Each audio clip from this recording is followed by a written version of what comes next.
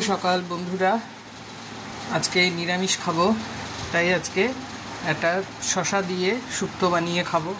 আমাদের পুরনো আমলের পুরনো দিনের খাবার এটা, মা ঠাকুমারা বানাতেন, তো আজকে আমি বানাবো। সবসময় তো আমরা পেঁপে, উচ্ছে, কাঁচকলা, বড়ি, ডাঁটা সব কিছু দিয়ে শুক্তো রান্না করে খাই। আজকে আমি শশা দিয়ে শুক্তো করে খাবো। এই যে দেখো, শশা কেটে রেখেছি টুকরো টুকরো করে, সর্ষে বেটে রেখেছি,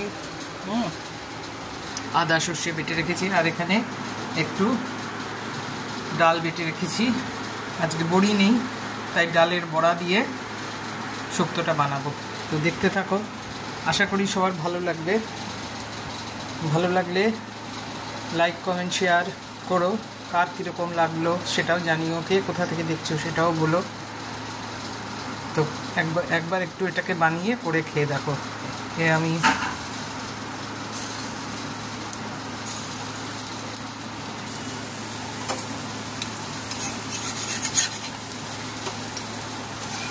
চলো বড়াগুলো বানিয়ে নিই।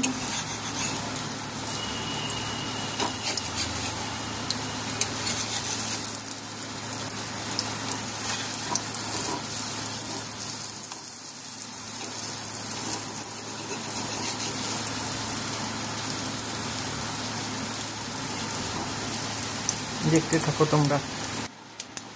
সর্ষে ফোড়ন দিয়ে দিলাম, এবারে শশাগুলোকে ছেড়ে দেবো।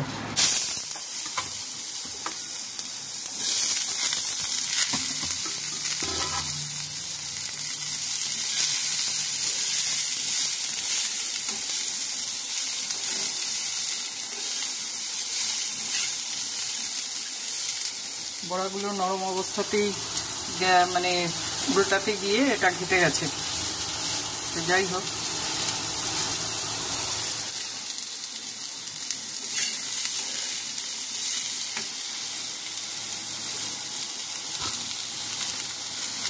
এবারে নুন দিলাম,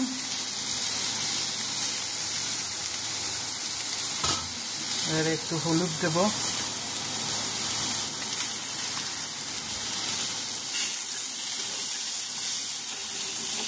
বেশিক্ষণ ভাজবো না।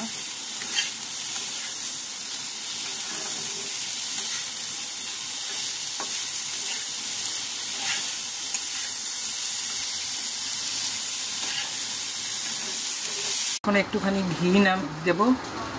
ঘি না দিলে